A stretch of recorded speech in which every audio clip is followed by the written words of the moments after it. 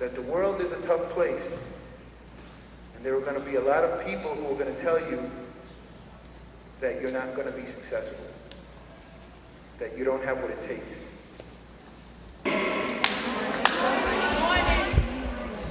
Well, we could do better than that. You're young, you're beautiful, you're intelligent, and you do project a lot of energy. So let's try one more. Good morning. That's the idea. That's how you should respond. You know, I perceive a very high level of energy when I stand in front of you, for all the reasons that I told you before. There's something else. Did anybody ever tell you that each and every one of you is a genius?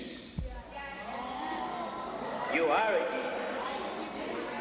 You are a genius, and you know what? To some of you may not believe it yet. Some of you may find it a little hard to you that you are a genius, because I want you, if anything you're going to take out of this assembly, is the fact that you're going to start believing that you are a genius, and you are a genius. Make no doubts about it. That's the truth. Now, what are we doing here today? We brought in 3 youngsters, young people just like you, all professionals, all doing very well in their careers, and they like to share with you some of their life's experiences. Life is full of challenges. Despite the fact that you are so young, you are continuously being challenged. And you're going to hear how our guest speakers have dealt with those challenges to conquer the level of success that they are enjoying today. And then my job is to introduce them. Their job is to share with you some of their life's experiences. Your job is to make mental notes, because something wonderful is going to happen. Something wonderful is going to happen. You are going to be invited to write an essay. And I know you love to write, right? One of the things you're going to be hearing today is about the realities of life. And one of the realities of life is, number 1, that you are a genius. Number 2, that you just proved to me that you are very, very normal. At your age, I would have reacted exactly the same way. At your age, you live in a world of fantasy. And then you think that all you have to do is close your eyes and ask heavens to deliver in a silver platter success to you, and you'll get it. Well, my dear friends, that's not a reality. That's not the way it happens. Whatever it is that you like to be when you grow up, you have to work hard for it. You're going to hear the testimonies of our 4 speakers. They're all young people, as I said before. And then the other reality of life is that you are constantly challenged. And life is about choices and consequences. Every time you choose to do something, you're going to have to live with a consequence. I said, you are going to be invited. The word to underline is invited. Now you could choose not to accept my invitation to write an essay. I'm inviting you to write an essay. You now have the choice. You could choose not to write that essay. But then you're going to have you with a plaque. Now, Invitation, you could accept to do the essays, to write the essays. You cannot accept, you could choose not to write the essays.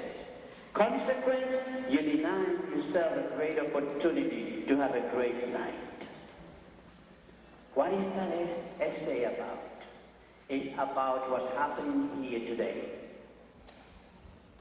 How this program is going to impact how you relate to the testimonies of the speakers. What do you see, what do you like or don't like about this program? That's the subject. That's what you have to be writing about. And then, well, the school's going to give me the 10 best essays of all the essays you're going to write.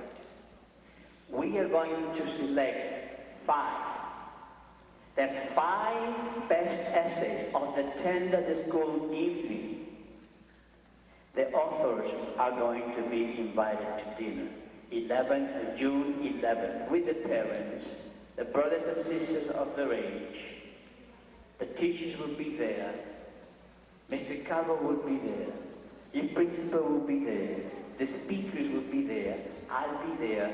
And you're going to be surrounded with at least 50 more youngsters that are receiving these awards. My question is, who am I going to be inviting to lunch, to dinner in June 11th? Can I see those hands? Where are my guests for dinner? My God, that's very nice. Very good, all right. Very good. Now, very good. Now, thank you. We'll ask later, because I want to see what happened later. Now, if you are a genius, and you are a genius, no doubt about it, the only one that may doubt it is you. But you are a genius. Each and every one of you is a genius. Then you have to believe that you're a genius, and you have to believe that you have the intellectual capacity to achieve whatever it is that you like to achieve in your life. So you have to believe in yourself. How many of you believe in yourself? That's very good. Very good. All right, since you believe in yourself, why don't we strengthen that belief by just repeating it aloud with me? I believe in myself. I believe in myself. I am a genius. I am a genius. I am a genius. Stronger. Believe it. I am a genius. I believe in myself. Very good. Give yourself a big round of applause. A big one.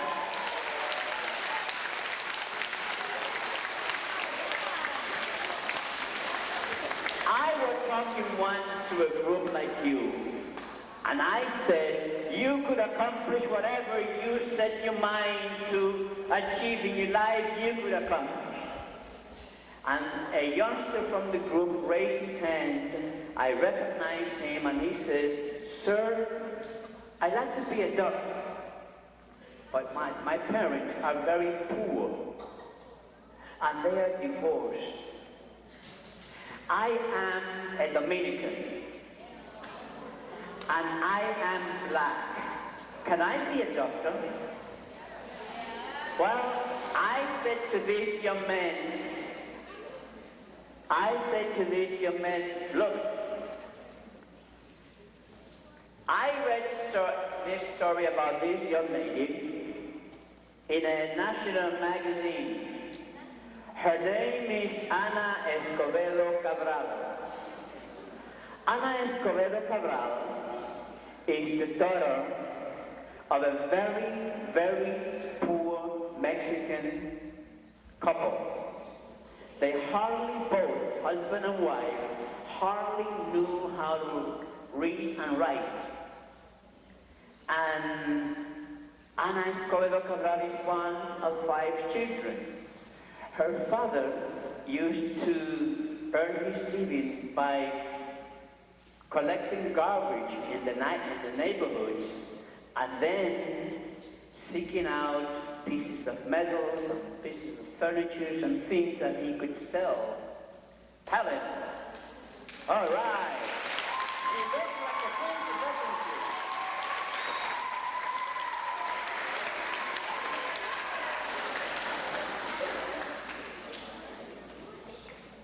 Good morning, kids. How are you? I want to thank everybody, the principal and teachers, for having us here, and also Johnny Torres for preparing this excellent program as well. Well, let me tell about myself. Again, my name is Helen Ceballos, and I'm originally from La Paz, Bolivia. And I came here to this country at the age of 13. At that time, my parents were already here, in like many of our cases, and they were working hard to push my sister, my brother, and I to push us ahead, to really give us a better future.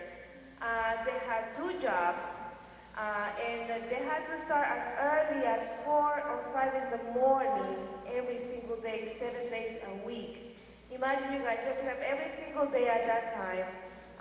They used to deliver newspapers in different areas of Jersey City, and they did that for quite a few years. And why they did that again, to give us a better future. There were times that, my sister and I, we had to help them in the weekends. We had to go over Saturdays, when you guys want to sleep late, they just watch cartoons. We had to wake up 5 in the morning just because we wanted to help them as well. And that itself brought us together as a family. So that gave us also an idea of how important it is to have an education, to have a better future, in order not to go through those struggles and not to have those type of jobs which are really hard. They're very honest jobs, but they're really hard. And when you could also get an education and get a better future, a degree that will get you there. I also attended to the grammar school. I went to BS17. In there, I took the bilingual classes because I did not know the language. So there I learned also an important factor in my life, the key of being of togetherness, to work as a team player in your class with your peers. And one of the first people that made a great impact in my life was my teacher there. She was, her kindness and the teachings that she taught us just to keep us together, to get us ahead. Because it's a bilingual class, we were many times taunted by the other kids that, they had their regular classes. So as kids, we go through that, go with the fun of others, which is, human nature, not a nice thing to do, but that's what we do sometimes. But she brought us together and pushed us ahead. And that was something that I saw even in my high school years. I attended Dickinson High School, and in there, I also learned the importance of education.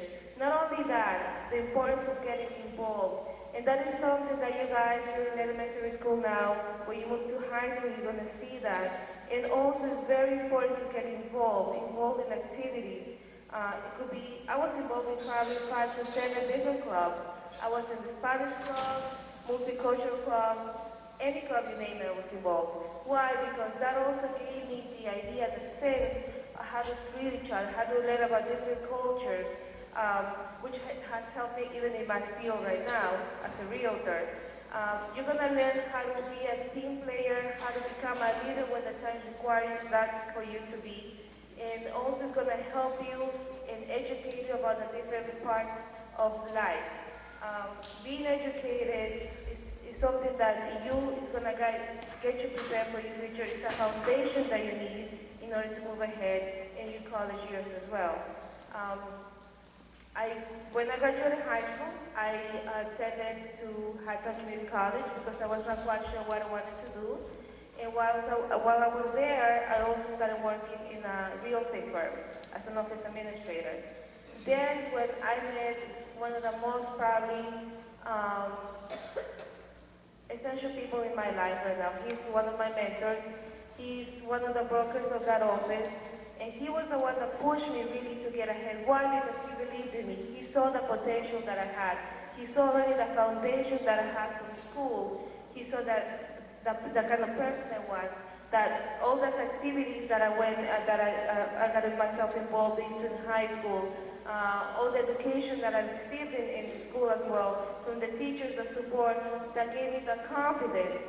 This broker saw that in me. He said, you know, Helen, you could be a great realtor. You have the people skills, you have the education, you have the knowledge, and we'll get the experience as well. And that was about 6-7 years ago. And right now, I thank God because He had put him in my life. And He blessed me with not only me, but many people that as you kids are going to see ahead. I see you guys, and I see people, I see children, but I also see future leaders of this country. Like Johnny said, you have to believe in yourselves that you could do it. If you don't believe in yourselves, it's going to be a little bit difficult for other people to believe in you. That has to start from you, within you. And you have it. Everyone and each of you guys have that potential, have that desire to become something, and not just be an average person. You have that essential to become the most you can be, and to really fulfill what you want to be, whether it's a doctor, whether it's a lawyer, whether it's a nurse, anything you want to be. And you also have to remember that you have to enjoy what you are going to choose to do. At the career, whatever career that you're going to choose to do, you have to enjoy it, you have to be prepared for it, and you have to like it. And those are my experiences, and well, I hope I was of use. And again, I'm going to end with this. Johnny says it's true. You could look up to heaven and say and pray that to be blessed with many things. God blesses you with many, many things, and how He does that with the tools that He provides you. That starts with school, that starts with activities, that starts with the teachers that you have around you that they really push you to move ahead. You have to listen to that, and listen to the positive and also the positive comments, positive people around you, and stay away from the negative. Which you're going to see in this year, you're going to see in your high school years, you're going to see all through your life. But you have to be focused on what it is that you want to do. I want to thank you guys for having me. May God bless you, and that's it. Thank you.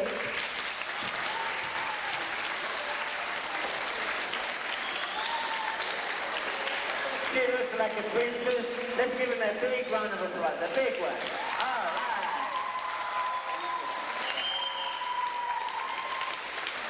Okay. So we now know several things. Number one, you're a genius. Number two, you have to believe in yourself. Number three, you have to respect yourself, and she mentioned it. And if you do not, my dear friends, 30% of youngsters like you are abandoning the school system without a high school diploma. Imagine 30% of our geniuses are not going to school. They just take education for granted. That's why you see many people around, you see many people on the street with baggy pants. They don't look as respectable as you look, as presentable as you look, as nice, as neat as you look. They walk around with pants, with the pockets are over here, and this is down here. They walking around, looking like monkeys. Well, my dear friends, those people do not respect themselves. Those people do not believe in themselves. Those people are not aware that they are geniuses. And those people, the plan for the life is already there. Only two directions to go. Behind bars or 7 feet underneath in a coffin. I don't see any of that over here. Let me ask you a question. How many of you would like to be teachers? Terrific. You know what? Teaching is one of the most beautiful, one of the most rewarding professions in the whole world. As a matter of fact, I want to do something, but I need your full cooperation. And I dare to do this because I believe you already demonstrated to me how disciplined you are and how respectful you are. So you're going to help me do something. I first like to invite the teachers to please come to the front. All the teachers in this room, please come to the front. Right here.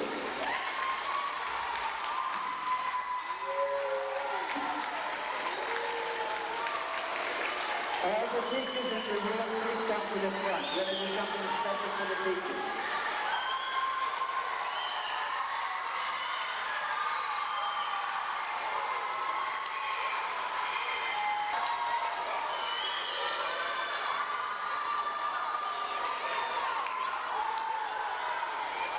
All right.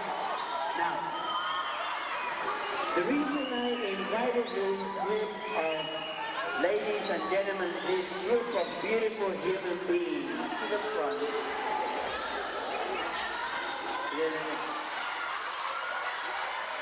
You have a seat. You've been drafted by popular demand.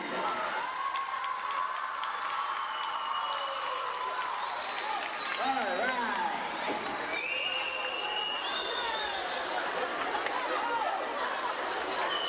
Now, let me ask you a question, and please be very, very honest. All right, all right? How many of you have heard at one time or another comments about, not too positive, but negative, about teachers? They don't know how to teach, they don't care about this. All right. Okay, thank you. All right, look. The reason we have invited the teachers to the front is because we're going to correct that right now. Teachers, this group of wonderful human beings in front of you, at one time they were sitting in 5th and 6th grade. And they wanted to be teachers.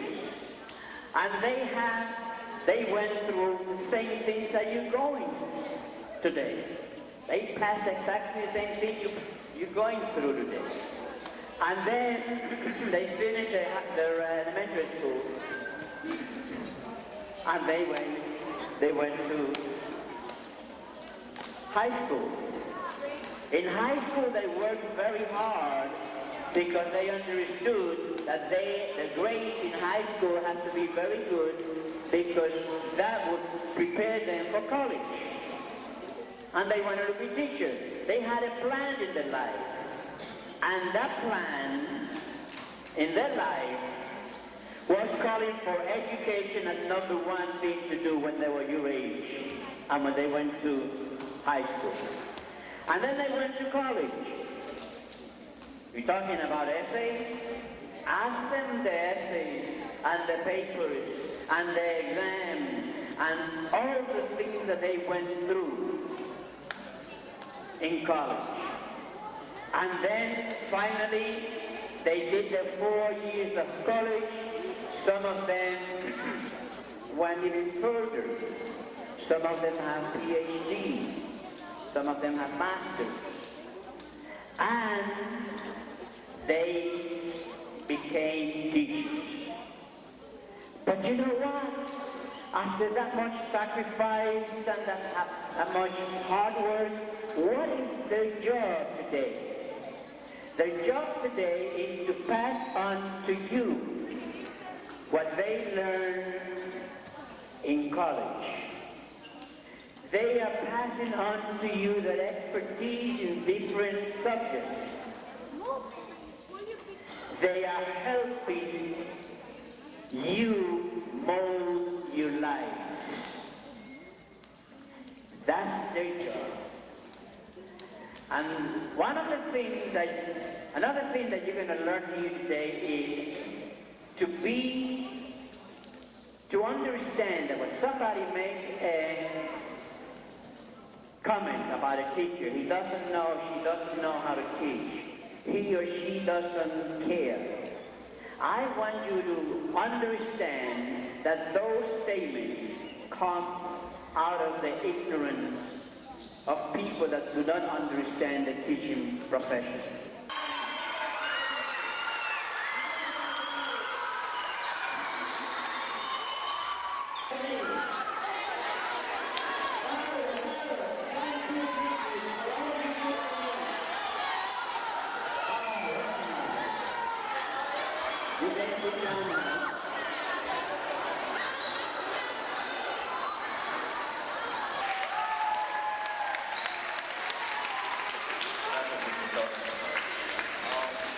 First of all, I'd like to say that I'm very glad to be here today. Two things. First of all, this is Union City is my second town. I consider my second town. Once I got here to the United States, Union City, that's where I was here and went to school here. Second is I like to be here and share my story for you guys. So you guys believe in yourself. You can do it. I did it. Why not you? Okay? So first of all, my name is Rodrigo Castillo. They call me Rod, right? Once you get here, your name becomes shorter and shorter. And I work for AT&T. I'm an engineer. I work for AT&T Labs. Anybody here, long distance, AT&T? The way I'm going to do this, I like to do this, I like for you guys to ask questions. Okay? If you don't ask questions, I will ask questions. And I do have here for you guys. Yeah, iPhones, right? What I have is, I got some calling cards. I guess you guys or your parents make phone calls, long-distance calls, 30 minutes international phone calls. So if you guys ask questions, or I will ask questions to make sure that you guys are paying attention, all right? Is that okay? Is that fair? All right, good. So I work for AT&T Middletown, AT&T Labs, right? And lately you guys probably have seen in the news, AT&T has become a large company. Okay, now we're 300,000 employees. Okay, and AT&T has different divisions. The division I work for is AT&T Labs, and like Mr. Torre mentioned, I'm an engineer. Does anybody know an engineer or know what an engineer does? Your parents, your sister, anybody, your friends is an engineer? Anybody? Your father? Do you know what he does? Okay. Here you go, the first calling card. What's your name? Okay, Peter. So engineers, they do a lot of things, right? There are about 13 fields in engineering. I'm an electrical engineer. Come.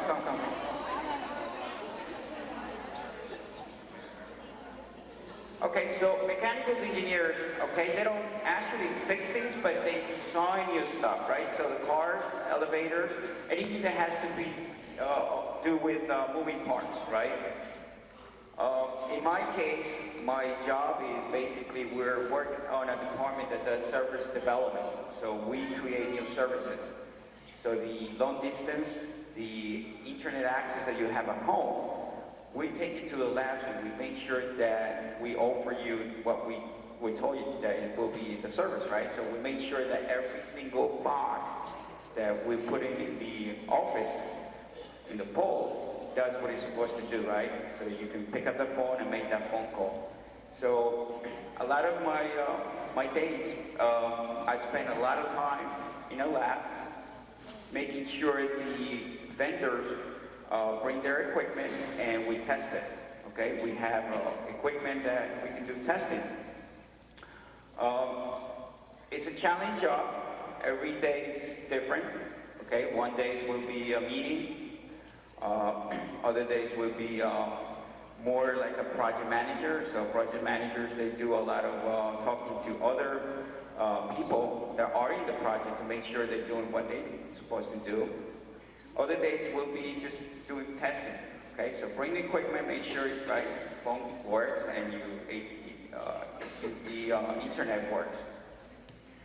So it's a great job. I like it.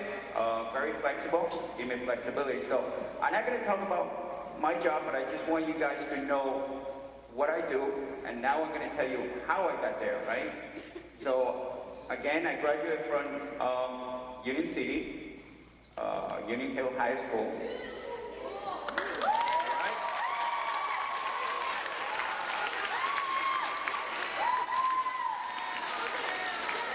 Thank you. The Hillard, right? So I was there about a month ago. I was kind of sad to know that they're moving the school. So I took my last picture with the building before they do anything. I'm not sure what they're going to do for it, but I just took a picture with it. Anyway, I came to this country when I was 15. I'm Colombian, and Colombia's here. There you go. So I came with my father. Of course, you know, nothing new. They were, my parents were divorced.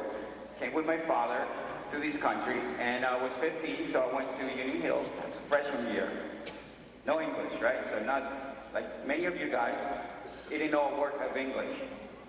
So that was my first challenge, and I had to admit I'm not the best in languages, but I was good in math. But I struggled to learn the language. Okay, I went through ESL, spent at least 2 years, 3 years in the ESL program. So by junior year, I was already taking, you know, regular classes. So my suggestion for you guys is to learn the language first. I'm sure you guys already speak English, but for those who came to this country late, you know, my suggestion is to stop watching telenovela, okay? Do more of watching the Discover Channel, the TLS, the PBS, okay? And so spend more time doing your homework. In my case, it was easier for me doing math, okay? Not because I was born with that skill, but because I spent more time doing math, okay? One of the things I suggest for you guys is to, if you really like something and you get a homework, okay, and that used to be my my things was that if I get 20 problems to do at home, I would do 40, okay? I would do the easy problems first. I would get those right away, and then I would get the hard ones. And it's nothing new, right? In the back of the book is usually the answers for those problems. I would spend in the hard problem, difficult problems, at least 30 minutes, an hour, until I get that number. Sometimes it might be, you know, the right answer, but at least a struggle. Okay? It's nothing new. I mean, I think a lot of people are going to tell you, sometimes you learn better from your mistakes, right? When you take that exam or that test, and the answer that you thought it was right is wrong, that's the answer that's going to stick in your head more than the one that you always get it right, right? So anyway, I did good in math. Junior year, I didn't know what to do, right?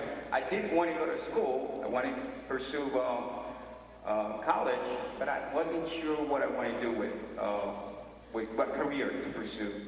I knew I was good in math and good in computers, okay? Back then, now many years ago, there was only 2 computer classes. There was basic classes and basic computers and advanced computers. I was done with those computer classes by sophomore year, okay? Then I think it's time to ask questions before you guys. What kind of engineer I am? Anybody?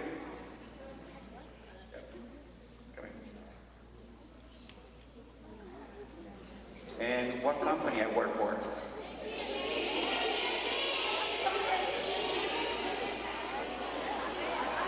What company? What? Okay. Give a little more here.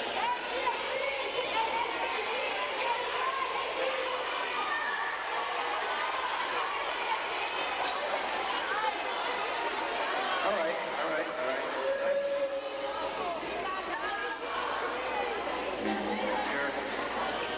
So, my junior year, I started going to college, trying to review what college I'm going to go for next, right? Then eventually, I was doing good in math. I had an advisor that started talking to me to the schools in New Jersey that are good in engineering, okay? When I went home and spoke to my parents, well actually it was my father, and I say, you know what, after graduation, I'm planning to go to college. His eyes went huge and said, how are we going to pay for college? I mean, we just got to this country, we don't have any money to send you to college. But I didn't take that as a no, I just took that as how. So my job was to go back and start doing research and do better in school, okay? So if anything I learned from my counselor was that grades paid off, okay? So if you do good in school, somewhere on the line in your life, it's gonna pay off. So I kept doing better and better. At the end of my senior year, a lot of schools were actually looking for me, actually offer me, for me to go to their college. I got 2 scholarships, which I actually turned down because I found that NJT was better for me, since it was an engineering school. But the point here is that if you do well in school, you might not have to worry about tuition, paying for college. You might get it for free, okay? Now, I was not good in sports, but if you're good in sports, why not? You can do it in sports. There's a lot of college out there that are willing to bring you in if you're doing sports. It's harder that way, right? Because nobody is A-Rod or nobody is like, you know, Sammy Sosa, like a good sportman. But you can do it by doing your grades, right? So anyway, I got accepted to NJT. The reason, again, was good curriculum, was closest to home, and a few of my friends went there. I struggled again. By then, I already knew English, and math was not a problem, but it's still, I had to do well in the other subjects. I was working, I was trying to making some money for living, for expenses, right? But I stick around, and one of the things that I really say is, at least for the people that think that in the technical field, you don't have to be the smartest or the brilliant kid. The most important thing is, I think, is dedication, okay? I believe that once you put your time in something, you can do it, you can accomplish. So if you believe in yourself, like Mr. Torrey pointed out, and you believe you can do something, and you spend the time and put your time into it, you eventually get it done, okay? So I was never number one student, but just because I really want something, and I'm an engineer, it took me 5 years. I'm sure that you guys probably have a long way to there, but one of the things if you want to keep in mind is that while I was going to college, I took up, there is a career placement with college, and I went and I worked for a year for Johnson & Johnson in between my semesters. So anybody knows what a semester is? Okay, what's a semester? Anybody? Okay, it's close.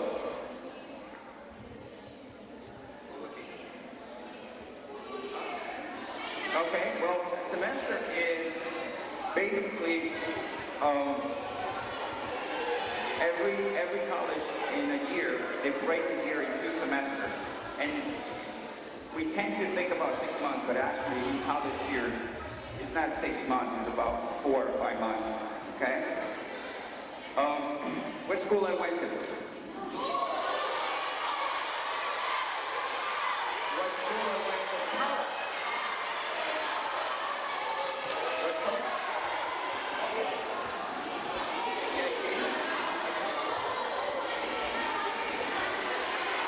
I know more.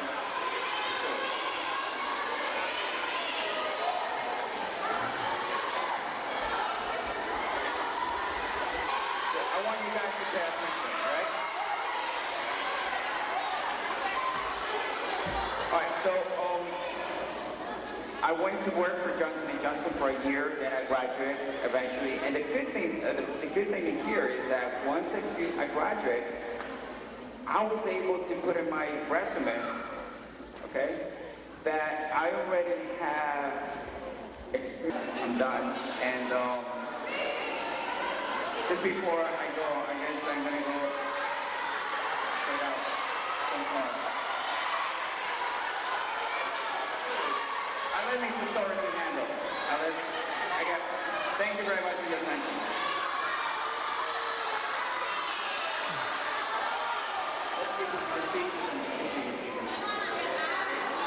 He's going to give these cards with the teachers, and the teachers will give them to you. Let's give him a big, big round of applause.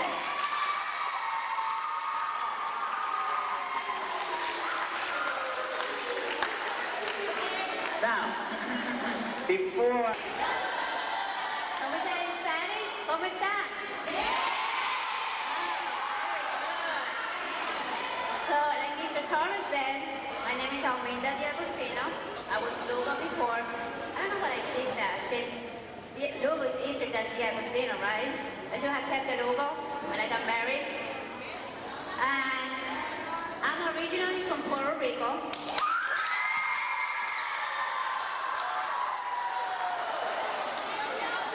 I moved from Puerto Rico about 6 years ago. I was 25 when I decided to leave the island and get a whole new experience and come here to the United States.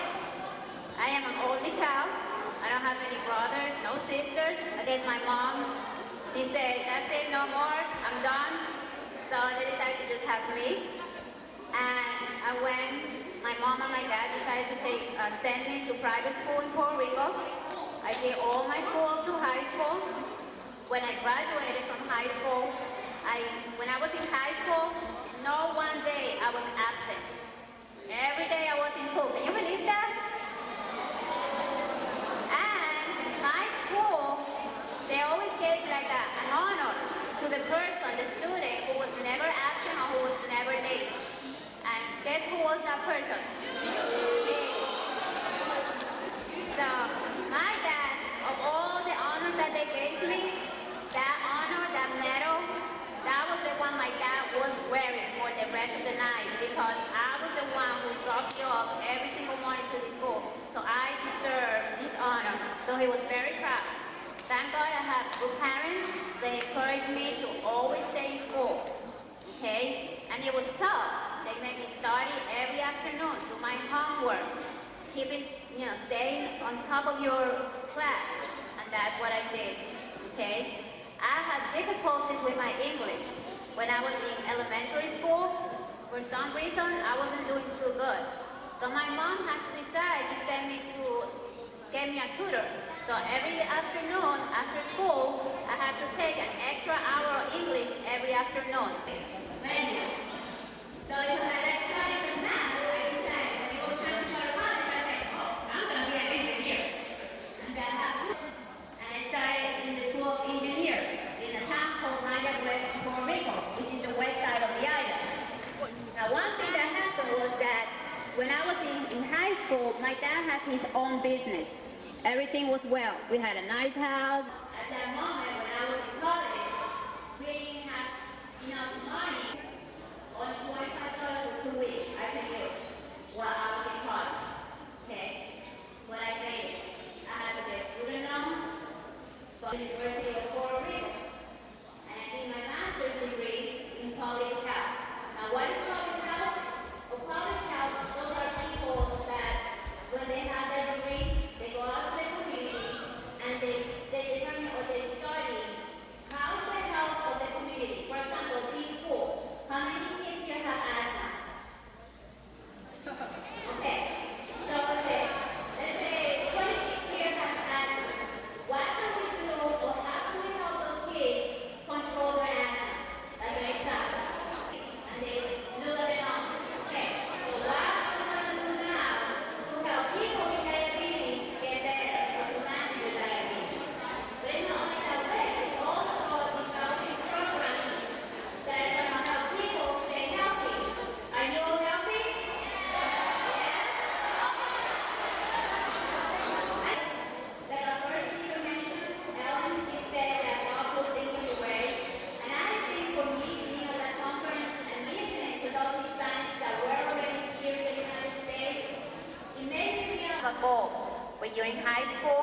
school, your goal is to graduate from high school and go to college. When you're in college, your goal is to finish your bachelor's degree and get that diploma. And then later on, if you want to do your master's, your goal is going to be to earn that master's. And I assure you, you're going to like it. You're going to love college. You're going to meet so many people from all different places. Your professors, that's an experience that you will never forget. And because of that, I'm going to tell you later what my goal is going to be for the next 2 years. So I got those 2 jobs. I work on my English a little bit more. Then after that, I came to work for Horizon NJ Health. Have you ever heard from Horizon? No? Okay, Horizon NJ Health is a health insurance. And it's the largest health insurance here in the state of New Jersey. And I am a health educator there. So what I do is that I go out, I talk to people, I talk to groups of people, and I tell them or I teach them how to be healthy. With Horizon, I have been 3.5 years, okay?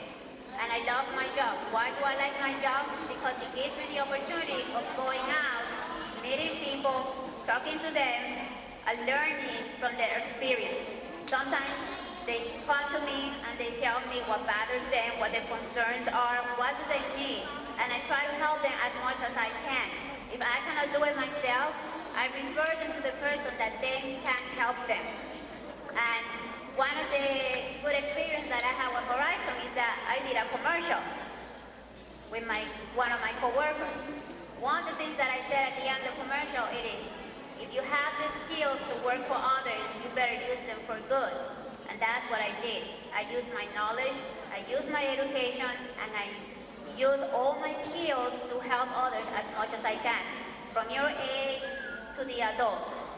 Okay? Is that a good goal? Do you think you can do that later on? You want to help people? We always have to help each other. Okay? Now, besides working, I'm also a student. I went back to school about 2.5 years ago. So in 2 years, I should be Dr. D'Agostino because I'm doing a doctoral degree in public health. And after that, my goal is one day, on one college, someplace in New Jersey or in Pennsylvania, I know I'm going to see one of you because I know you're going to graduate, I know you're going to go to college, and I want to be a professor in college. And I hope to see one of you there. If I can have all of you as my students, I'll take all of you. Well, maybe you're not going to like the field that I'm going to be teaching. So I'm hoping that I'll see some of you there. Okay? You think you'll remember me? Okay. So, another thing, remember, education, your degree, your diploma, that's something that nobody can take away from you. It's something that you earn. It's something that is yours, that you have to be proud of, something that is going to make your parents proud of. And thank God I have a great husband. He supports me. He's very proud of me. And I have parents that also are proud of me. And I know all of you have that. You have people out there that are proud of you. Your teachers are proud of you. And you're always going to have a mentor, somebody that is going to help you and is going to tell you what is the best for you, what is good for you. Okay? So I hope you guys learn from this experience, and remember, nobody can take your education away from you. Good luck, and I love you guys, and God bless.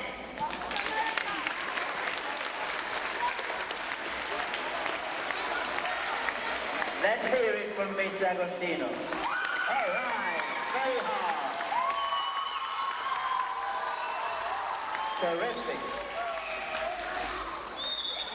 Now, somebody told me that you're a genius. And I don't know if he told me the truth. Are you a genius? So let's repeat it hard. I am a genius. I am a genius. All right.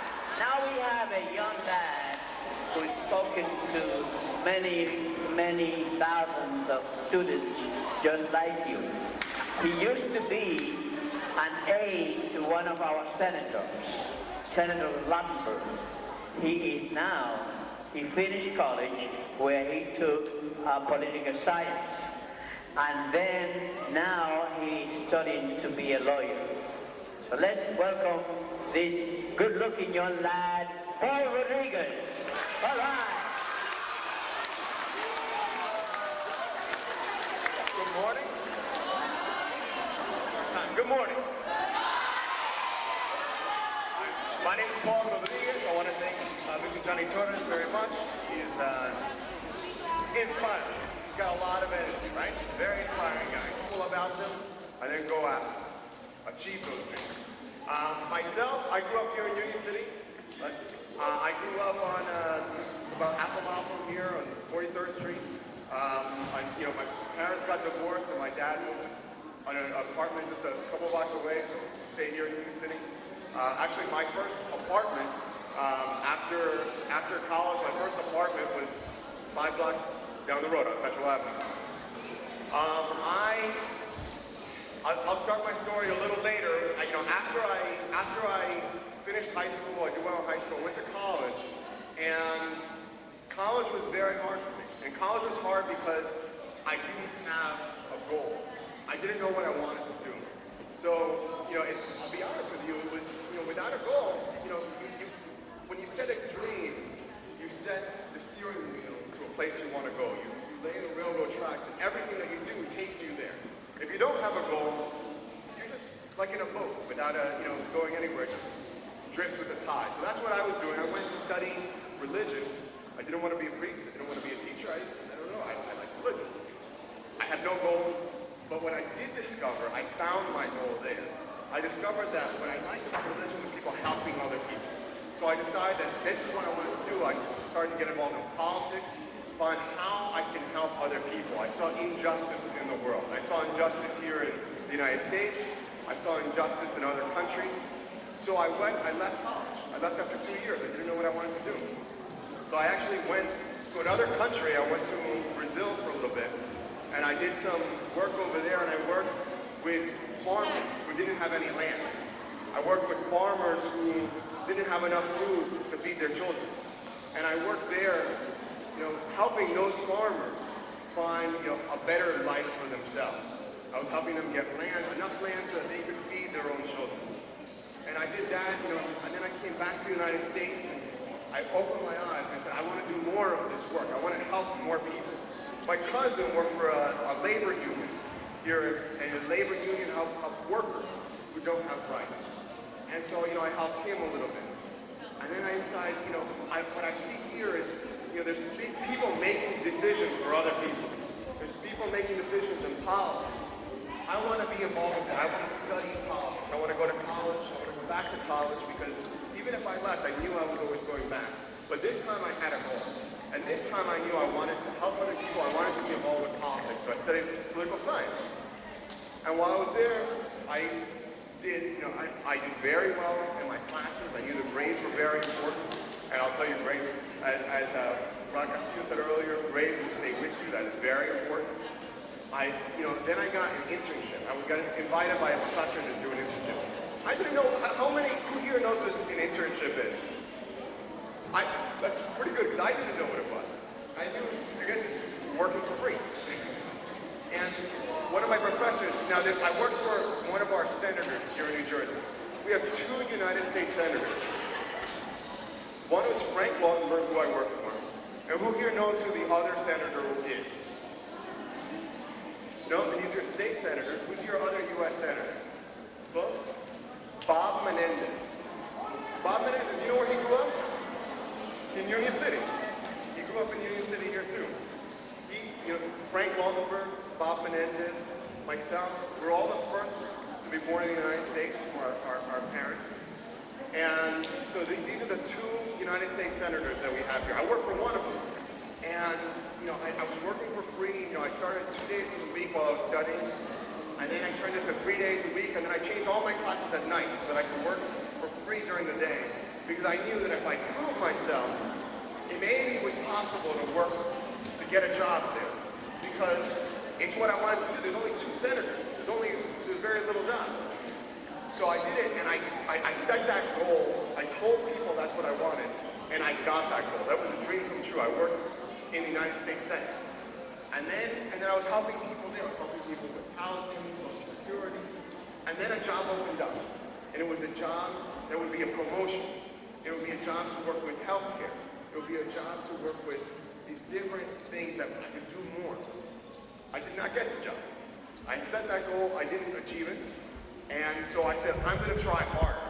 And the next job opened up, and the next job was even better. The next job was working with transportation, with trains, with planes. It was working, we're in a war right now. Our country's at war. I was working with the military, I was working with veterans. I was working with labor unions, which I wanted to do. I set that goal. And this time it was an even higher goal. And this time I achieved it. I got that goal for the last year and a half. I was working, flying in helicopters, flying, riding in front of trains. We're creating, new tunnels, bridges, working with veterans that are coming back from Iraq and Afghanistan. It's a dream come true. And then I saw, all right, this is what I'm doing. What are the people, let me look for other people who are doing things that I want to be doing. And I saw the people in Washington that are working on our laws. I saw they were lawyers. I saw that my boss in the office was a lawyer. The other senator, Robert Menendez, is a lawyer. I said, I want to do that.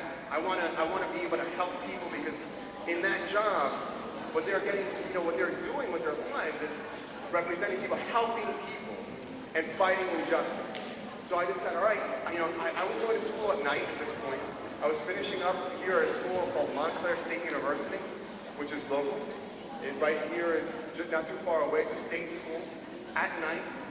And I decided I'm going to go to law school. And I set my goal high. I'm going to do well. I'm going to do the best that I can do. And I ended up getting in to Yale Law School, which, I got in actually to the schools that I applied because I studied very, very hard. Every night I came home from work after our graduation, I said, it's my second job is to study because education is #1 priority. I came home every night and I studied, and I got into Yale Law School, which is the #1 law school in the country. And that's where I'm going in August. But I'm not here to talk about my story. I'm here to talk about your story. Because your story, you're at a point right now, your age, when you're looking at yourself differently than you ever have before. You guys are looking at yourself before. If I were to ask you who you are, you would say, my name is Michael, I like pizza, I like to play video games, and I don't like it when my parents like it. But that's not who you are anymore. Who you are is not one or two things that you like to do. Who you are is now you start to create a story. You look at yourself and you say, this is where I came from. This is what I want to do. This is what I'm doing now, and this is where I'm going to go with my life. This is the first time. This is an exciting time for you, because this is the first time that you see yourself in this way, at this age that you are right now, in this grade. And now you have control over your life. You can say, and it's not just what's happening to you anymore, it's what you're going to do with your life. You get to, psychologists now are talking about, what's important is the stories that you tell about yourself. It's not just things that happen to you. It's not that you have no control over them. Have you ever heard of people who, they say, everything happens good for them, or everything happens bad? They have control over that. You see people who say, this is great, this is the best day of my life until something bad happens. And then you have people who say, this was happening horribly, but I found a way to cut back, to get over. I found a way, the best thing that ever happened to me came from there. Those are stories that we tell each other, and we tell ourselves about each other. What happens in our life, that's true. You went to school here, you did this, that's all true. But the story that you make from that is a story that you tell yourself. Anybody ever here want to make movies? Anybody here ever want to direct, write, act in a movie? Okay, all right. Well, I want to tell you something. You guys are all making movies every day. You're making a movie about your life. Not only when you live it, when you go home, when you think about it, you're making a movie. You're the star of that movie. And you want to think about where is it that you want to go from here. You want to set a goal. And that goal, it's not just in here. It's not just in here. You want to tell other people about that goal. You want to tell people where are you going? And then you take a step. And every time you take a step, you say, is this My goal is over here. Is this step, is this choice that I'm making, is this getting me closer to that step?